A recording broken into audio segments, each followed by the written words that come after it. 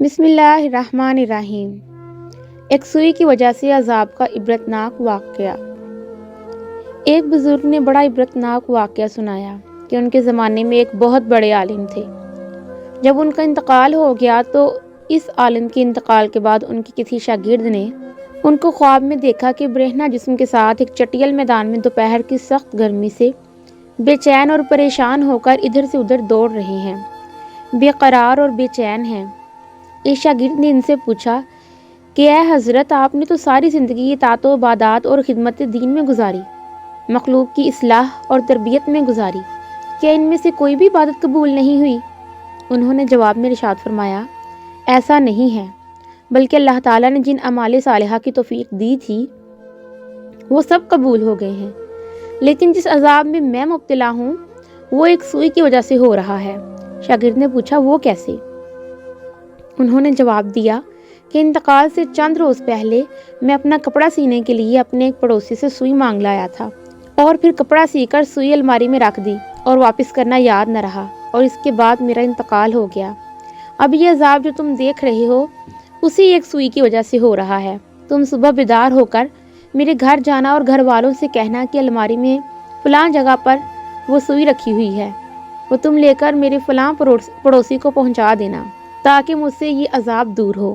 چنانچہ وہ شاگرد صبح اٹھ کر سیدھے استاد کے گھر پہنچے اور کہا، فلاں الماری میں فلاں جگہ پر سوئی رکھی ہوئی ہے۔ گھر والوں نے دیکھا تو بتایا کہ ہاں رکھی ہوئی ہے۔ اس شاگرد نے پوچھا کہ تمہیں یہ معلوم ہے کہ کس کی ہے؟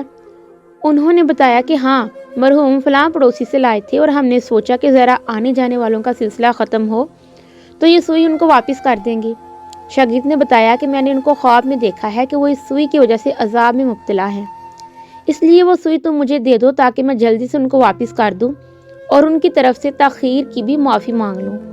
چنانچہ اس شاگرد نے وہ سوئی لے کر پڑوسی کو واپس کر دی اور ان کو بتایا کہ حضرت کو اس سوئی کی وجہ سے عذاب ہو رہا ہے۔ وہ پڑوسی بھی یہ سن کر رونے لگا کہ کتنی معمولی سی چیز کی وجہ سے ان کو عذاب ہو رہا ہے، میں نے اللہ کے لیے ان کو معاف کر دیا، یا اللہ آپ بھی اپنی رحمت سے ان کو معاف فرما دیں اور ان کا عذاب دور فرما دیں۔ وہ شاگرد کہتے ہیں کہ جب رات کو میں سویا تو پھر دوبارہ میں نے ان کو خواب میں دیکھا، لیکن اب وہ منظر کچھ اور تھا۔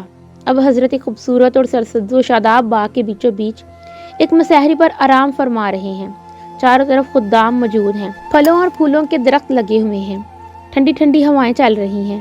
میں نے قریب جا کر ان کو سلام کیا اور پوچھا، اب کیا حال ہے؟ انہوں نے جواب میں فرمایا کہ جس وقت تم نے پڑوسی کو سوئی پہنچائی اور اس نے یہ کہا کہ میں اللہ کے لیے معاف کرتا ہوں، بس اسی لمحے میرا عذاب ٹل گیا، اور جو نعمتیں تم دیکھ رہے ہو یہ اللہ تعالیٰ نے اپنے فضل و کرم سے اپنے دین کی خدمت کی جو توفیق عطا فرمائی تھی اس کا صلہ ہے۔ اس واقعے سے ہمیں یہ سبق ملتا ہے کہ ہم کبھی اپنے ذمے کسی کی کوئی چیز یا کسی کا کوئی حق نہ رکھیں، بلکہ جس کی جو چیز یا جو حق ہمارے ذمہ ہے اسے واپس کر دیں۔ اندازہ کیجئے ایک سوئی کی وجہ سے اس قدر عذاب ہے، اور آج جو بے شمار حقوق العباد کے بارے میں لاپرواہی برتی جاتی ہے اس کا کس قدر وبال ہوگا۔ اللہ تعالی ہم سب کی حفاظت فرمائے، آمین یا رب العالمین۔ بحوالہ حکایات کا انسائکلوپیڈیا، جاوید اقبال۔